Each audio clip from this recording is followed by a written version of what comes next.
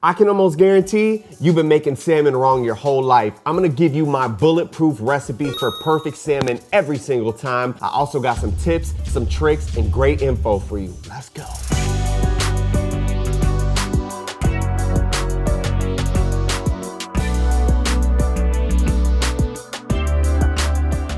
What's going on, everyone? My name is Farnum, and you are now watching the 101 series here on More Seasoning. This is a series dedicated to teaching you how to be a better at-home cook. Instead of just following a recipe and not knowing what you're doing, we're here to teach you the basics. That way you know what you're doing and you have a better understanding of how to be a better overall cook. So before we jump into the actual recipe for the best pan-seared salmon at home, we have to go over the basics. You guys have to have the knowledge and the understanding of how we're gonna cook this in order to make it perfect every single time. But don't worry, I will be giving you step-by-step instructions and showing you how to make this perfect every single time. Before we jump into the info, make sure you guys please scroll down, hit that like button and hit that subscribe button. Drop a comment below and let me know what else you want to see on the 101 series. Let's waste no more time. Let's get into it. So salmon, woohoo! One of the most popular dinners in America today, and let's talk about the different ways to make it.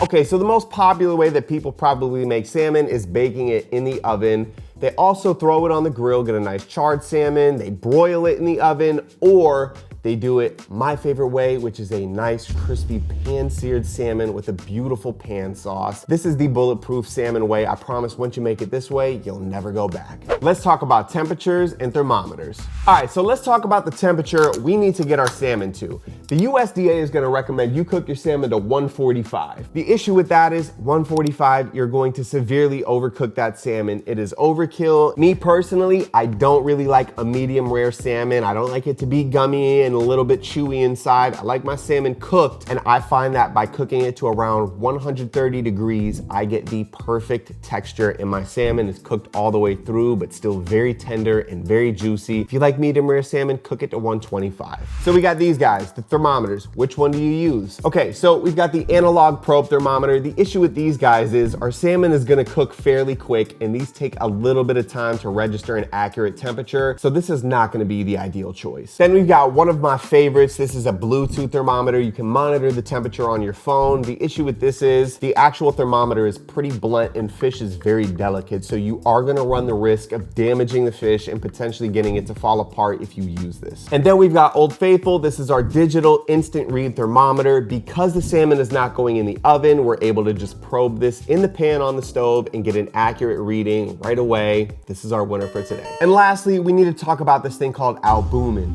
What is it? You ever overcook a salmon and then you see this white stuff kind of come out of the side of it? It's kind of like oozing out. That's albumin. It's a protein in the salmon, and what happens is when you overcook the salmon, those muscles tighten up so hard that they kind of like squeeze the juice and the albumin out. Perfectly safe to eat, but if you see albumin, there's a chance you're overcooking your salmon. Next, let's talk about spatulas. Okay, so when I say the word spatula, you probably think of this. And if you're cooking fish, this is what you need to do with this spatula. This is what you should be using. This is called a slotted fish spatula. The slotted comes from the slots that are in the spatula. These are helpful when it comes to separating protein from juice, or if you're frying something, you can pull it out of the fryer easily. It's also noticeably thinner than a regular spatula, which helps to get under delicate things like pancakes and fish. Hence the name. You'll notice that the surface area and the length of the actual spatula is a lot bigger. It gives you a lot more leverage, so that way if you're under a piece of fish like this, a regular spatula is only gonna pick this part up.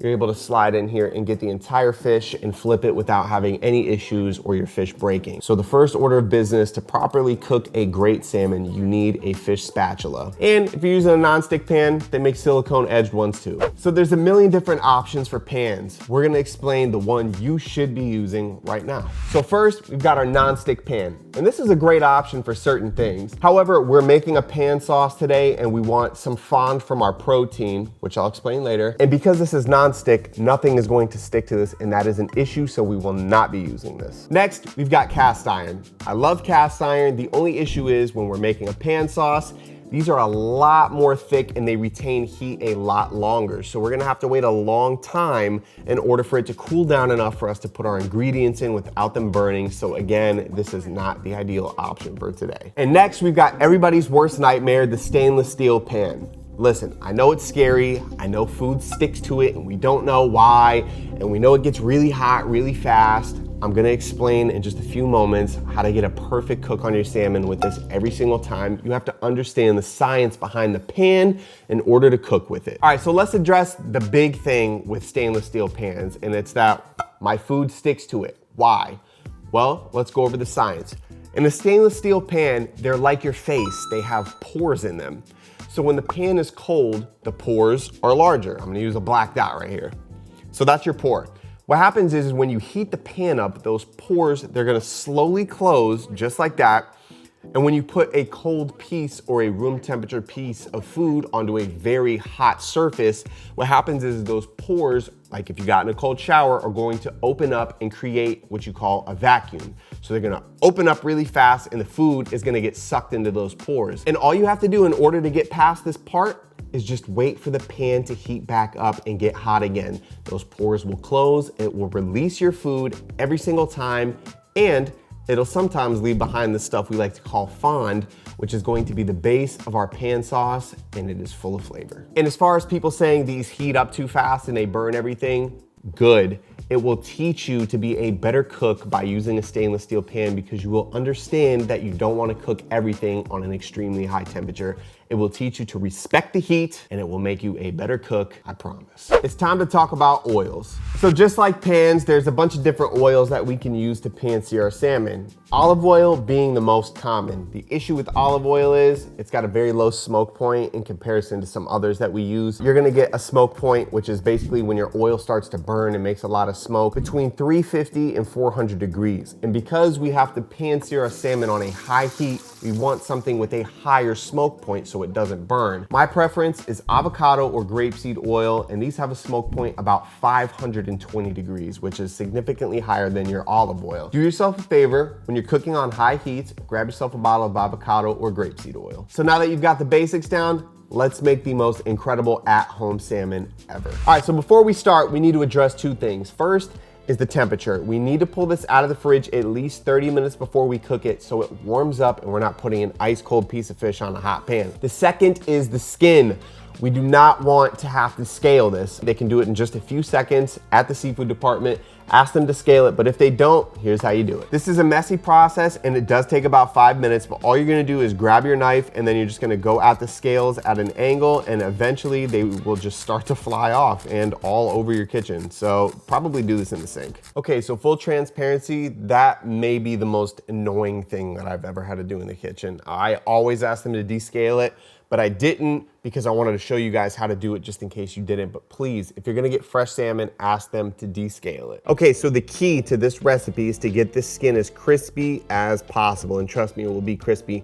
The issue is when we put this skin on a very hot pan, it's gonna buckle. So that means the skin from this side and this side are gonna run away and they're gonna shrink up here. Shout out to Gordon Ramsay, because on every piece of salmon he does cuts along the skin about 1/4 inch deep, and what that does is prevent the skin from buckling and running away. So that's what we're gonna do. All right, so as you can see, we've got very shallow cuts all the way down, and again, that is gonna prevent the skin from buckling. That way we have crackly, beautiful, crispy skin all the way down the salmon. The next thing we need to do, in order to get crispy, it needs to be dry. So paper towel, and we just wanna absorb all of the moisture that we can on both sides of this fish. Flip it over, let's do the same thing. So we're gonna have to prep the ingredients for our pan sauce, but while we do that, we're gonna salt this and let the salt kind of sink in for the next 10 minutes. It will pull some more moisture out, and again, we'll hit it with a paper towel, so less salt. Don't forget to get the salt in those little cracks and all the way around the fish. Just give it a nice rub. Do the same on this side. And again, we're just gonna give this about 10 minutes. All right, while we let our salmon sit for 10 minutes, we're gonna prep the ingredients for our pan sauce. We're gonna start out with 3 cloves of garlic sliced. Next, we're gonna finely chop 1 tablespoon of Italian parsley. Next, we're gonna finely chop up 1 tablespoon of thyme. And lastly, we're gonna get the zest of about 1 lemon. And don't forget, we need 1/4 cup of white wine. All right, so the prep work is done. It's been 10 minutes, and look at all the moisture the salt has pulled out of our salmon. You see all that moisture in there that's now been pulled out through the process of diffusion. Look at that, that's all moisture. So in order to get the skin super crispy, let's go ahead one more time. And you can just see all of the moisture that we're pulling out of there. And now we're just gonna resalt one more time. A nice light layer, tap it on so we can get a nice crust. And we're ready for the stove. All right, this cooking process is super simple. We're only turning the fish one time. We're doing 5.5 to 6 minutes on the skin side, then 2 minutes on the flesh side. Let's start this thing off on a medium-high heat. And now we're gonna wait for this pan to get hot before we put the oil in. All right, so it's been a little over 1 minute, and what we're gonna do is add our avocado oil in. We wanna make sure that we have enough to coat the bottom of the pan. So we'll give that a swirl. I'm gonna give this another 30 seconds just for that oil to heat up and come back to temperature. All right, so here we're about to put the fish down in the oil, 6 minutes on the skin side, and we're just gonna add light pressure when we put it down so it doesn't run away. You'll see exactly what we do. Putting light pressure on both ends, just so it doesn't run away for about 10 seconds. And we're going 5.5 to 6 minutes on this side, and do not touch it. All right, so let's remember what we talked about earlier. We've got our fish in here, and we've got our fish spatula that's gonna allow us to get underneath that fish and flip it without breaking the fish apart. And we've also got our pan whose pores are pretty big right now because we put that fish in there. It dropped the temperature, so it's stuck. So we need to give it about 5-6 minutes for it to get unstuck. All right, so we're about 2.5 minutes in, and I'm just gonna go ahead and turn my heat down to about medium. And also, if you look at the salmon, we can already see that bottom side starting to crisp up right there and give us that beautiful crispiness that we're looking for. So because we're cooking at high temperatures, we're probably gonna get some smoking regardless, so just turn your fan on. All right, so we just hit the 5.5 minute mark. I'm gonna turn my heat down to schmedium, which is low medium. And then we're gonna go in here, we're just gonna check to see if this is released from the bottom. Just gonna give it, okay, so that has clearly released. Oh yeah, so we're just gonna go ahead and slide our fish spatula underneath, very gently, get in there, and then all we're gonna do, hand on, and we're gonna flip. Oh, and that's beautiful. A little more charred than I would like, but that's okay, it's gonna have flavor. But this is all very crispy. This is beautiful right here. All right, we've approached the 2 minute mark, and now we're just gonna come in here gently with our fish spatula, slide underneath, and we're gonna go flesh side down because the whole point of this crispy skin is that it stays crispy. If we flip it on the other side, the steam from this is going to just soften all of this up. That's like fried chicken.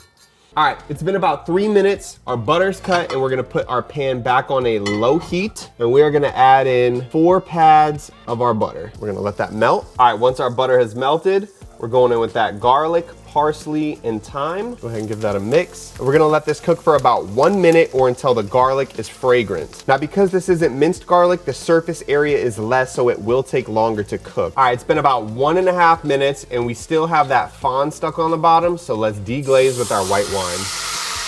That came right off. Stripped it right off the pan. We're clean. Give that a nice mix. Hit those edges, and we're gonna let this simmer and reduce for about 3 or 4 minutes or until the sauce starts to thicken up. All right, so as our sauce is starting to thicken up, it's actually only been about 1.5 minutes. I'm gonna go ahead and add in all of my lemon zest. Go ahead and mix that in. Again, we're still on a low heat, letting this reduce. All right, so it's been about 3.5 minutes. Our sauce has reduced by about half, and now we're gonna go in with we'll start with a 1/4 of a lemon worth of juice. Go ahead and mix that. Now we're gonna go in with about a pinch of salt, some black pepper. Go ahead and mix that in. So at this point, you can see the sauce is very, very viscous. It's thin. We're gonna take a few cubes of butter, and then we're just going to swirl that in, and that's just gonna add a nice glossiness and great texture to that sauce. I added 2 more pads, and again, we're just gonna swirl until those are fully melted. Beautiful. As you can see, we lost that translucence that the sauce had to it, and all we're gonna do at this point is we're just gonna taste to test. To use a little more lemon, so we'll use the entire half of the lemon and a little bit more salt. All right, so here's why it's important to taste to test, because the amount of oil I use might be different than you. I mean, the measurements are not ever going to be exact. So I did a whole half of a lemon. I'm just gonna do a little bit of a squeeze, swirl that around. I'm gonna show you guys how to plate this. Let's do the taste test, come on.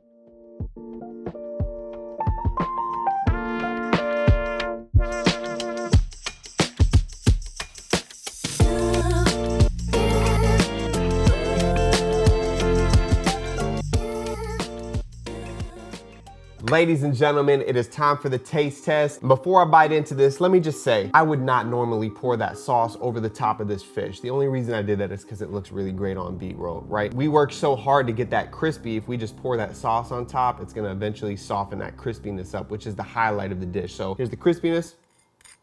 I'm gonna go ahead and dip it in the sauce. Bon appetit. Holy shit. Add a little touch more. The crispiness of that skin and the tenderness of the meat inside, it's perfect. It's absolutely perfect. Ladies and gentlemen, there you have it. Let's be real, a super easy way to make salmon, but boasting with flavor. You've got that crispy, beautiful Gordon Ramsay style skin on top with that tender, beautiful, juicy meat underneath. If you're gonna make salmon at home, try it like this and make sure you get your salmon scaled. You do not wanna spend an extra 10 or 15 minutes trying to pull scales out of the damn skin. Hey, if you made it this far, that means you like this video. Scroll down, hit that like button, hit that subscribe button, and drop a comment below and let me know if you plan on making your salmon like this. And real quick, if you just like baked salmon or you want some other salmon ideas, I got a couple salmon videos. I'll link one of them up here. They're bomb. My name is Farnum. This is the 101 series. You're watching More Seasoning. Appreciate y'all. Love y'all. I'm out.